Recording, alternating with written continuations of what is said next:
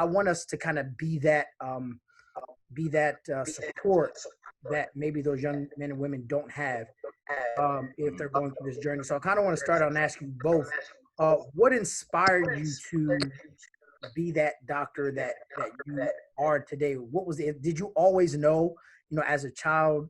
I can't imagine you just woke up one day and said, "Hey, I want to be a doctor, so I'm going to go to school and be a doctor." I think it's something that may have sparked that. So talk about, at what point did you know this is what I want to do? So for me, I remember at a young age, I remember my teacher, she asked me, what do you want when you grow up? For me at the time, I wanted to go like remember, I love football. I wanted to do. And when I was a doctor, I remember specifically, and there's big words to remember and learn. And I decided that at that point I could do it. I would say the defining moment was probably, there were two big defining moments. First one was in high school. I really found a love for science, biology specifically, mostly because you're learning about life and how things work, and how you live, how you're alive right now, and that's sort of where it started for me. Now, a little bit of background. My mom, she works as a CNA. She's been doing that for, I think, like 26 years. And my dad, he's been in central cell processing for probably just as long. And we've been in and out of the hospital our entire lives, just kind of just being over there, visiting them while they were at work. And it always amazed me. I was always amazed to see all of the professionals. One, I felt, that I wanted to do that, but I just didn't have any kind of guide me along that journey. Intimidated as well. I'm looking at all these people.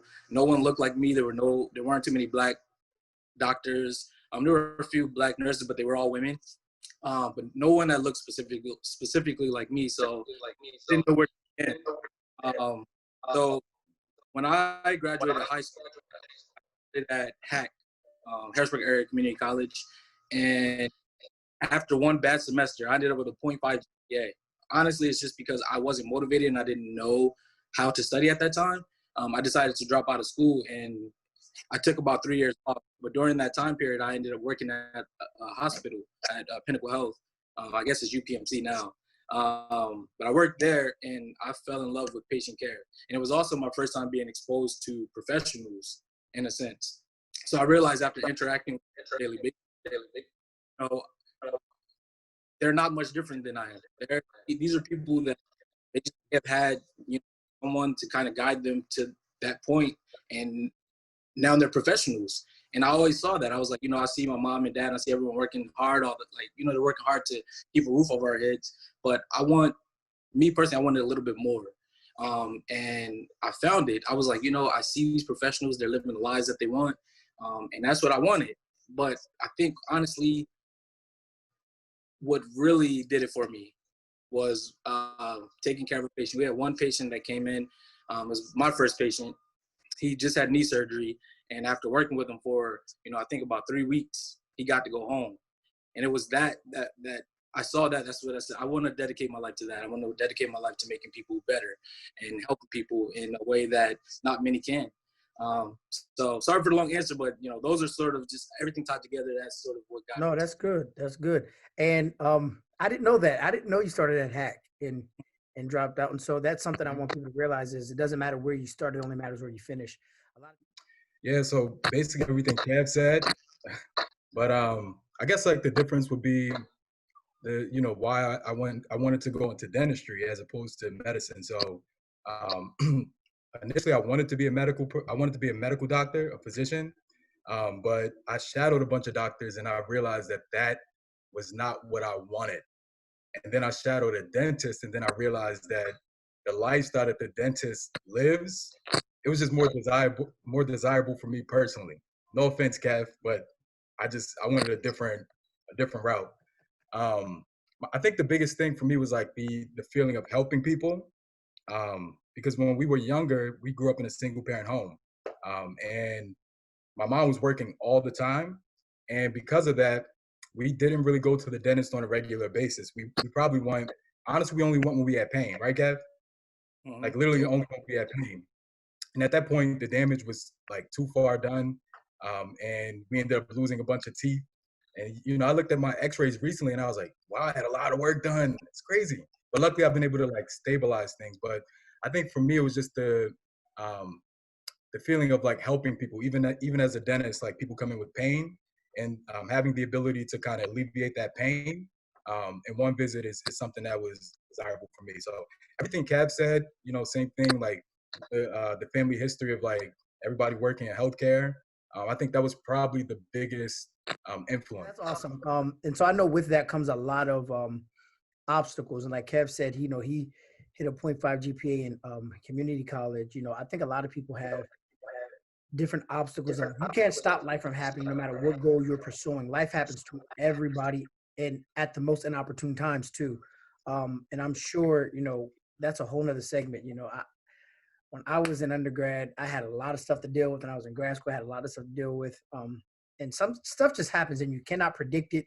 You can't prepare for it. Life just happens. But I want you all to think about one obstacle that you all experienced during your college, or maybe undergrad, even if it was medical school, if it was dentistry school, whatever was a highlight of your, like a turning point. It was like pretty much, this was probably the most difficult thing I had to deal with. And how did you persevere? What was it that, pretty much pushed you over and said, you know what, no matter what happens, I'm gonna continue what I did. I think the biggest obstacle for me personally was like transitioning from the Harrisburg School District to University of Pittsburgh.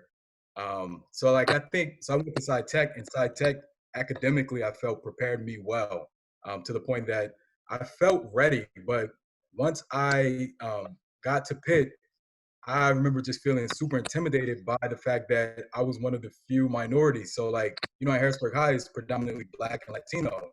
And then I went to a predominantly white institution that was like, I mean, you have to account for like the culture shock that comes Yeah. with that, and all the feelings of not being like good enough, not being smart enough. All those things are in your mind when you're taking these advanced level like science courses. So I think personally for me, that was the hardest part, like adjusting socially in undergrad. But then even in dental school, it was much more concentrated. There were out of my class of 80, we finished with three African Americans.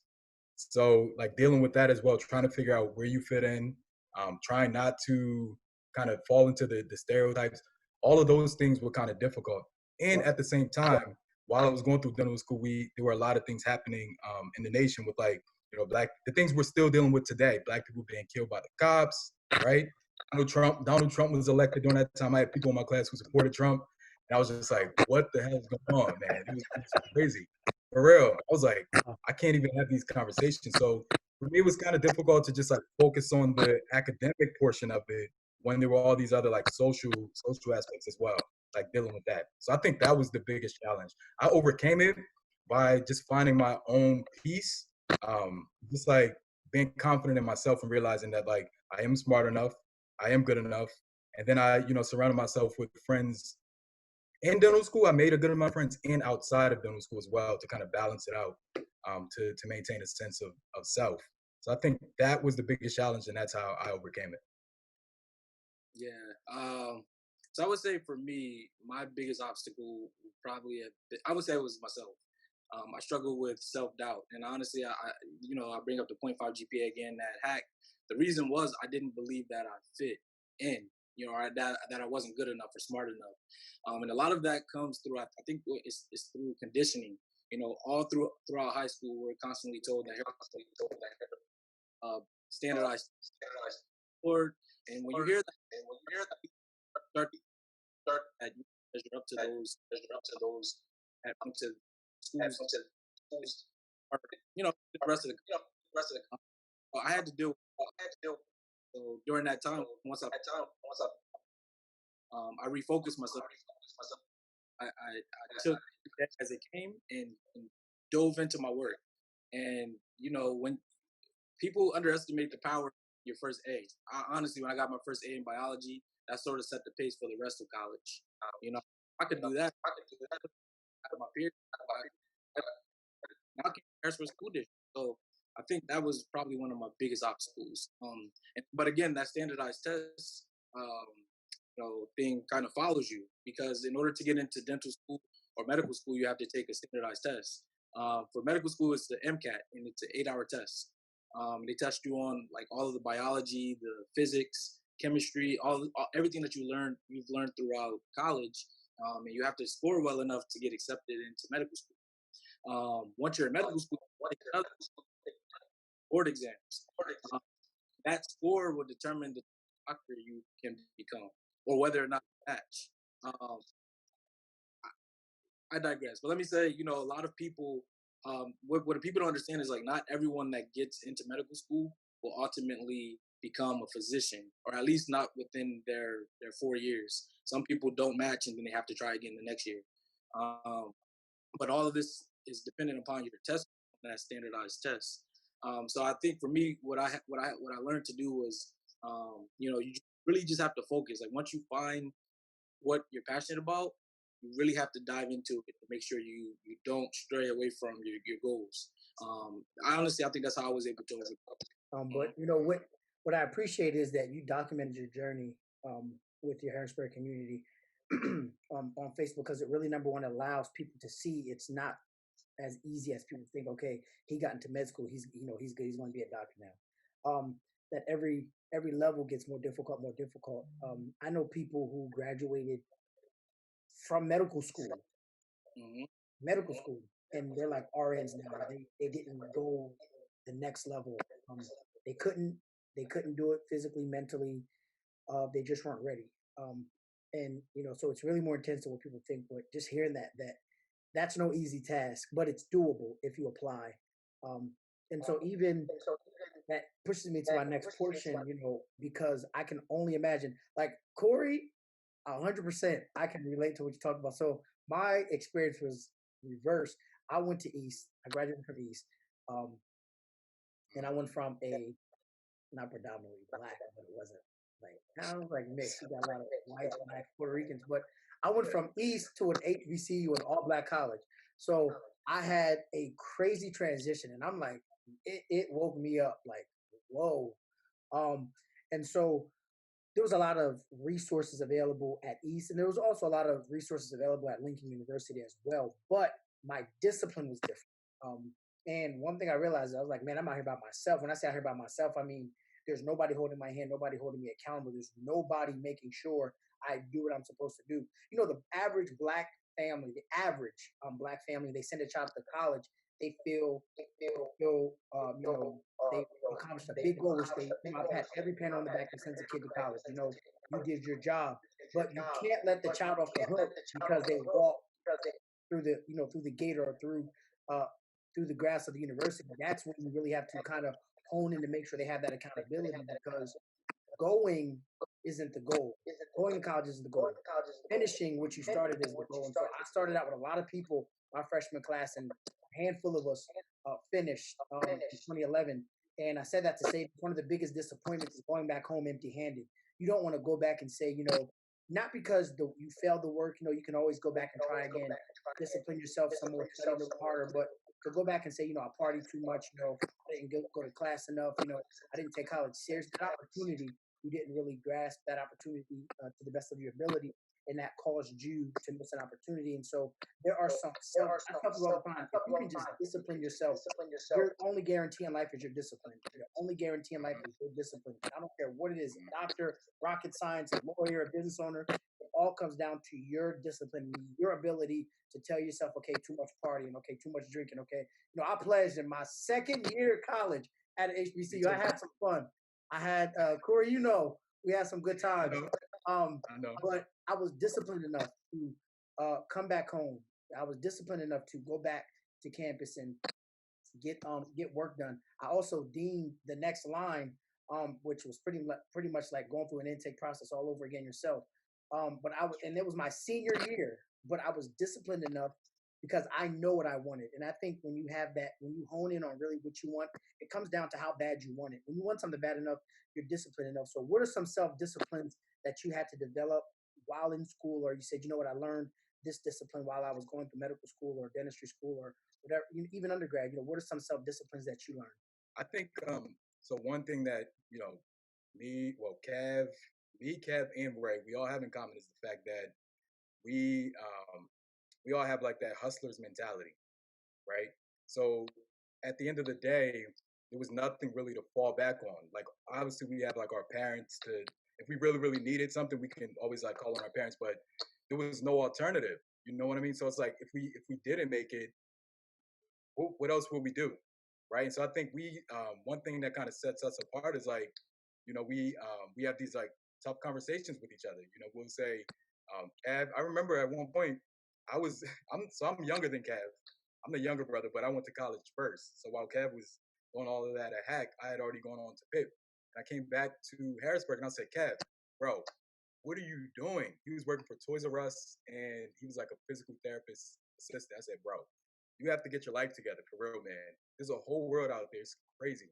So like, as siblings, we all just kind of like motivate each other in a way that I think not a lot of other people do. And I think they're surprised when they see how, I don't want to say harsh, but I'm going to say harsh we are with each other. And we really keep it real. And we keep, I think that's another thing, that accountability. I think we keep each other like disciplined. But I think knowing that like there's nothing to fall back on is something that will push you to succeed no matter what. And one thing you'll find is that me, Kev, and Ray, none of us had a direct route to our professions, right? So same as Kev, 4 years of sciences and then 4 years of professional school. Dental school's just as intense. And Ray, she did less school, but the reality is that like we all kind of took time off to kind of figure ourselves out, and then whenever we kind of got knocked down, we jumped back on it, and we were able to finish. So um, I think in terms of like discipline, the biggest thing for me was just like just staying on track, no matter what. No matter how many times I got knocked down, and then just being like transparent and vulnerable with my siblings and letting them know what exactly was happening and trusting their feedback. So I think we all kind of lift each other up in that sense. So while I was at Hack, I took all of my prerequisite courses. So what happened was at that point, once I transferred to a 4-year university, I was left with only taking science courses. So one thing I can tell you is like when you first get to college, you will be tempted. You'll be tempted to go out, party, hang out all weekend, just hang out with your friends and not. Me, I knew what I wanted to. And at that time, I was like, okay, well, I'm stuck taking all these science courses at the same time, so I'm going to focus on this. And then also, talking to Corey. Corey at that point had already gotten into dental school. So I'm looking at him like, well, if my little brother can do it, I can do it. And I know I'm smarter than him. So, I get it. Yeah. So I mean, I had to look at where I wanted to go in life and look at what was ahead. Really, the things I would do. I would study all week, but then Friday night, just to go out. Saturday morning, I knew in order for have to work hard and go through things students may not go through. And like I said, just having Corey and my sister at that point they've already completed their professional training, or they were in the midst of that training. I was like, this is what I want, and my focus came from that. It was like I know what I want to do, so this is what I'm going to do. I'm going to sacrifice partying and hanging out all the time, and be strategic about it and study. Like honestly, like a lot of people may doubt themselves, but I promise you, if you sit down to read a book, like whatever you're assigned, if you put in the effort, you can accomplish any dream that you want. I promise you that, because I wasn't the strongest student in high school. But yeah, college turned it around. Graduated college with honors. So it just comes down to like what you want. If you see something that you're willing to work towards, just do it and focus and study as hard as you can. I promise you'll get there. I never went to go the medical route by no means. I hate science. But I wanted to make sure that I was accountable to me. I didn't have many friends going that route. Like once I hit sophomore year of college, a lot of kids that I went to high school with that were, going to high school, that were going to college, they didn't go back second year. They end up either dropping out of college altogether, going to community college, or some got pregnant, some just left the college scene altogether. And I told myself one of the disciplines that I did was start reading. I didn't read as I wasn't a big reader, didn't like to read, but I found things that were motivating and inspirational to me. I would listen to something everyday motivational to just really keep my brain going. I listened to a lot of Les Brown, a lot of different motivational speakers. My freshman year, I met Eric Thomas. A lot of people have heard of him. E.T., the hip hop preacher. He go by a lot of different names, but I met him my freshman year, and he said something, and it just stuck with me. And I heard his story, and I was like, man, well, if he could do it, I know I can do it. And just hearing somebody else went through that experience, like Kev, I was not the best test taker in high school.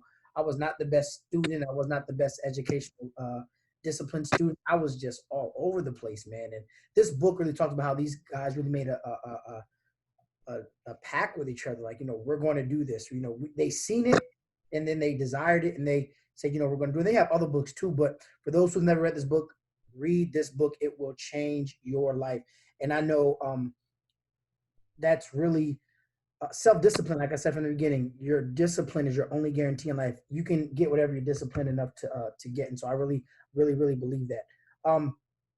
Kev says something really big too that goes into my next point about, you're going to be tempted with a lot of things. Like I said, parties. I met a lot of friends in college. Like, I met a lot of cool people. I met a lot of friends. We did a lot of partying, a lot of hanging out. But there came a time where I had to balance that. So how did you handle, balancing that discipline of balancing friendship in school, like whether it was home friends, relationships, friendships? How did you balance that? Because I know I'm not the only one that had some good relationships that just didn't work out because I was going this way, they were going that way, and it just didn't work. So how did you balance friendships and relationships, on this journey? You know, in college, I made friends from all walks of life. But the people that I was closest to were people that had similar goals to myself. So, I knew that if I were studying, they'd be studying too. But that's sort of, we kind of like fed off of each other. We had similar goals. So those are the people that I sort of looked for.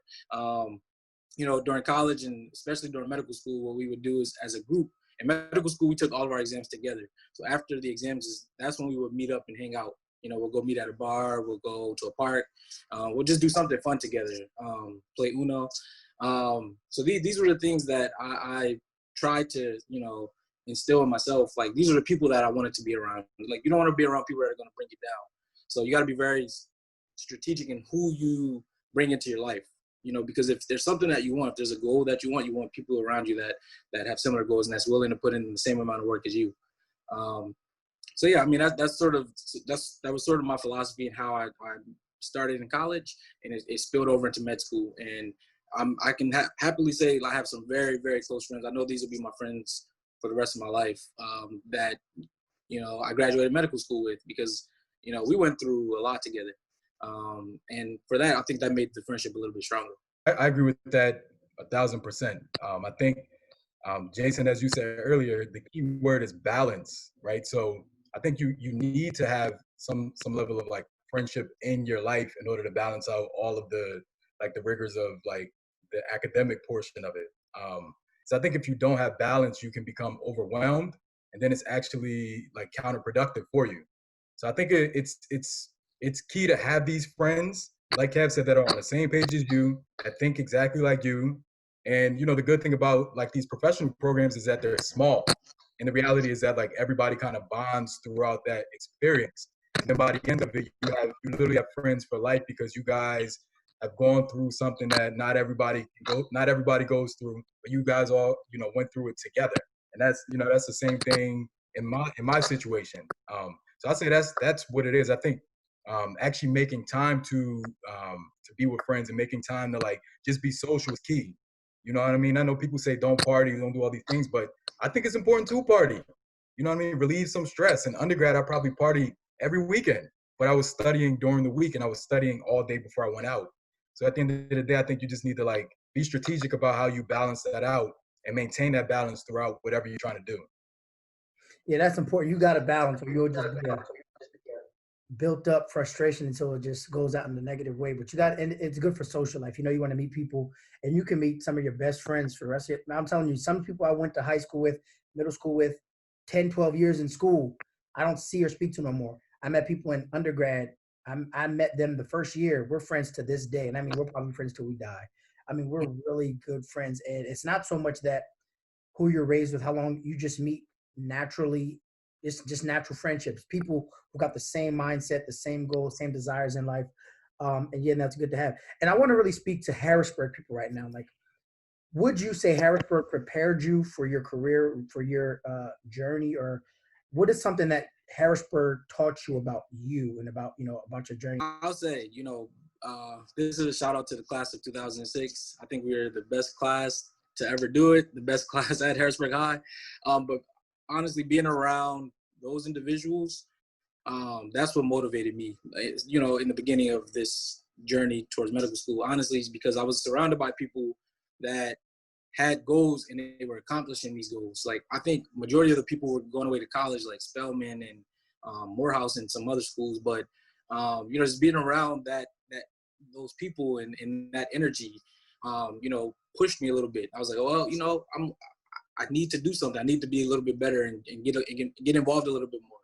I think that's the one thing that hurt me a little in high school is I didn't get involved in as many activities as I should have. So ultimately, when I applied to college, I got into a few, but not. I was trying to go to Pitt, but I couldn't get in because of my extracurriculars. But yeah, it's just being around the class of 2006, all people at Harrisburg High. Honestly, just being around, the people in the city. I know sometimes, like, some people may get a bad rap for, whatever. But the way I see it is everyone's hustling. Everyone's trying to, keep a roof over their head and keep food in their kids' mouths. So just seeing that on a daily basis is what motivates me. And you can kind of see it within your own family. It's like my whole family, we're not the first to go to college, but like within our family, we're the first ones to go to a professional school. But one thing I can tell you is no one in my family has ever wanted for anything. Like, everyone has been comfortable. And, for me, that just seeing that motivates me because I'm like, now we're going to get to a point in our lives where we're going to be able to give back not only to our family, but also to the people in Harrisburg. And my hope is that, people see Black doctors, maybe that'll motivate some other people. Especially the younger generation. Even in our family now, I think there are like two of my cousins in medicine now. But I digress. But honestly, it's just seeing the hardworking families in Harrisburg, and also my family in Harrisburg, and also just people that go to Harrisburg High and still, make it, that make it into whatever they choose to go into. These are the things that motivate me, and that's what Harrisburg has instilled in me. And it'll always have a place in my heart. I would say Harrisburg taught me how to hustle. You know what I mean? I think, like Kev said, in our family, they're literally hustlers. Like, you just get it done. You don't make excuses. And I think that's kind of what it comes down to. But in addition, I think Harrisburg taught me a great deal of self-confidence because I'm sure anybody from Harrisburg can attest to the fact that it's not easy. I think people in Harrisburg they're real. They'll keep it real with you. You know what I mean? So as you're going through it, they'll check you. You know what I mean? If something's up, they'll let you know. So you have to have tough skin, I think, to make it through and graduate from Harrisburg, to the point that I think that same level of self-awareness, self-confidence is carried throughout the rest of your life. And I think there's something special about the people from Harrisburg. People, I think they need to learn about who we are. You know what I mean? Like you were saying, Jason, people don't really know where Harrisburg is. They think Philly is the capital. They don't really know that at the end of the day, it's a bunch of amazing people, you know what I mean, from the city, who have come from the city and they're doing amazing things. So hopefully we can continue to be a part of that legacy from the city. Right. Yeah, I agree. You put Harrisburg on the map, man, and people like you're really making Harrisburg shine, and you're giving hope to other students in this area. To say, look, there's a guy that went to the same high school I went to the same. Imagine hearing somebody from Harrisburg say, I went to Pitt, and there's a guy that went to SciTech and Pitt that's a doctor now. Somebody went to John Harris. Where'd you go to undergrad, Kev? Millersville University. Okay. I don't know that. I did some winter courses at Millersville to graduate on time. But yeah, that's really encouraging. So what advice would you give to, and we're wrapping up, what advice would you give to a young adult that's getting ready to graduate, going to their senior year of high school, or just graduated and are trying to figure it out? They don't know if they want to stay home. They don't know. What advice would you give that young adult, that young adult that wants to become a professional, whether it's a doctor, lawyer, dentist, business owner? What advice would you give them? So, I would say try to get as much exposure in whichever field you're interested in as possible. Um, I know for me, a lot of the doubts that I experienced was because I didn't feel as though I measured up to, a physician or a dentist. But once I had the opportunity to sort of interact with those people on a daily basis, you realize you're not that different from them. So I would say try to get as much exposure in whichever field or specialty you want to go into. And then, once you decide, work towards that, and don't let a bad grade deter you from, accomplishing your dream. You're going to hear people tell you, oh, you need a 4.0 GPA or 3.8 to apply to medical school. Yeah, I mean, it'll put you in a better position to get in. But for my story, I'm telling you, I that 0.5 GPA, I'm gonna carry that with me to the grave, because that was a moment for me. It was like, okay, I can either give up or I can continue along this path. And I didn't give up. I went back, retook those classes and did better. So, if there's a class that you need to redo, just do it. And then when it's time to apply, just be able to explain and tell your story. Because I think a lot of these schools, they look for character. They look for someone that has gone through something and then come out stronger on the other end. So, regardless of what obstacles you're faced with, just continue to, walk your path and, try your best and study hard. I promise you, like, I'm telling you, I was not the best student, but if I was given an assignment or a reading assignment, I would just go to the library and put my head down and read, and then do questions and practice, and, just enjoy it. And also that leads me to this. Enjoy the journey. I know it's going to be tough. You're going to have to study a lot to get to this point, but enjoy it. College was a ball. Again, we've said this many times throughout this interview. We made some lifelong friends in college, and again, in professional school. So, enjoy the journey, study hard, and continue to work towards your dreams, and also try to expose yourself to whatever field of, practice you want to go into in the future. It's good advice. Yeah. I'd say dream big. That's it. And don't give up and don't stop dreaming. I think that's what it is. People will be surprised with the fact that, like, I'm still a dreamer. I still have like 5-year plans, 10-year plans. I have 30-year plans, man. I'm trying to be like you, Jason, and your family. I know about it. Uh-oh. But yeah, I met your family. But at the end of the day, it's like no dream is too big. You know what I mean? If it's been done before, you can do it. For real. And that's the truth, man. No matter what. So I think that's the biggest thing. Like, imagine your wildest dream and then put a plan into action to get it done. And then don't give up even if you get knocked off of that plan. I think that's probably the biggest advice. And then also have mentors, people who've done it before. You reach out to them, get advice. You know what I mean? Their journey may be completely different than yours, but they can share some insight and kind of guide you through it, and then give you their perspective on what it's like to actually be in that profession that you want to go into. So I think those would be some of the tips that I would give to some young aspiring professionals. Like Kev said, getting those networks of the direction you want to go. Don't wait till your senior year of undergrad to find some lawyers or doctors to shadow. My freshman year, I was shadowed. Matter of fact, I went to undergrad to be a lawyer. I wanted to be a lawyer. My freshman year, I shadowed one, and that changed my mind. It gave me the opportunity to see if that was for me, and it was not for me. And so I think exposure kind of gives you the fair chance to say, you know what, now that I kind of got a closer look, let me look at let me look at something else. This is not for me. And so I think that's important to get your feet dirty, get your hands dirty, get your feet wet, kind of explore, different options. But, my advice is to, like you said, dream big, man, is just have a 4-year plan. Even me, like, I always have plans because 4 years is going to pass, whether you want it to or not, whether you're prepared for it or not. 4 years is going to pass. Undergrad, it passed. Grad school, it passed. For you all, medical school, all that, it passed. And so you got to ask yourself, where do I want to be 4 years from now? It's going to happen. It's going to come. Where do I want to be 4 years from now? And you start working on that today, tomorrow. And you chop at the tree little bit at a time. There's a saying, how do you eat an elephant? And they just say one bite at a time.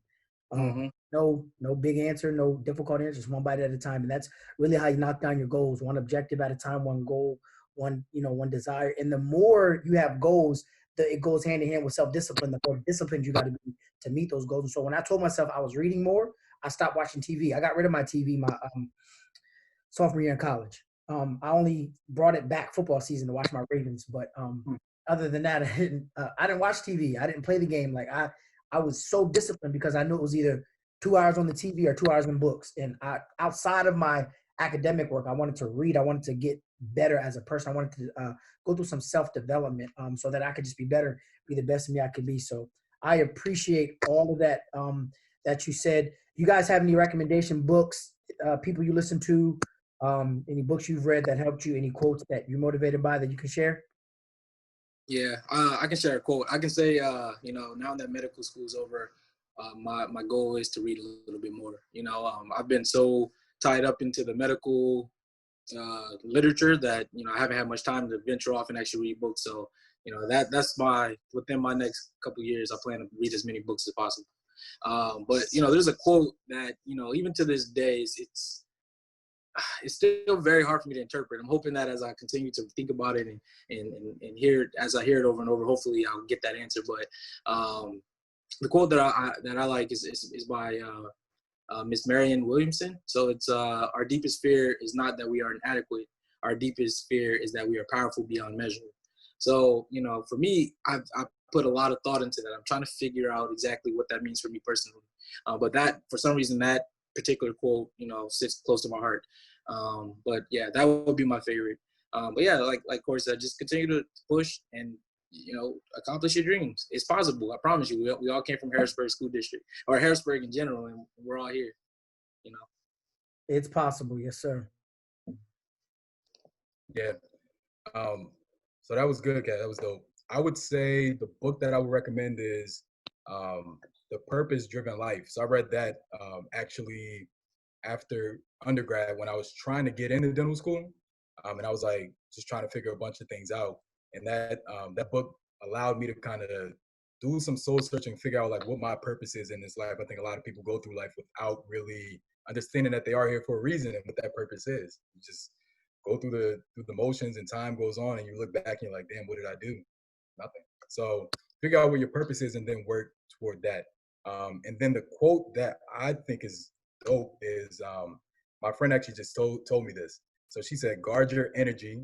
It's you first, you second, you last, not selfishly, but rather consciously. So at the end of the day, take care of yourself, protect your peace, because at the end of the day, if you're not good, you can't give yourself to anything else, whether it's friends, family, a profession, or anything like that. So make sure you have yourself together, figure out what your purpose is. And then once you have that in your mind, everything else will kind of fall into place. And that's it. That's good. I got a lot of quotes, but I'm just going to share 3 books that I recommend. Number 1 is The Alchemist, great book. Second book is my favorite book. Malcolm Gladwell is the author. It's called The Outliers. It's a study of the Beatles and it's a couple. It talks about it highlights their failures, and it talks about what that outlying moment for them was that kind of tipped them over. It's a really good book. Then the third book is written by 50 Cent and Robert Greene. It's called The 50th Law. So really good book. I didn't know 50 Cent was that intelligent until I read that book. But it's a really good book. It's called The 50th Law. So yeah, listen to this interview. I hope this encouraged somebody. I hope that, after you listen to this, you get some discipline points, some encouragement, some steps, some point of focus points, some next steps for you in your life. And if you're a parent watching this, let your children listen to this. Let them see Black men who are successful, who've made it from the same school, the same area, the same city your child grew up, and let them know it's possible. If it happened for them, it can happen for anybody. So with that being said, thank you for joining us. Be encouraged. Thank you, Dr. Blacks, Kevin and Corey, for being with us. And thank you for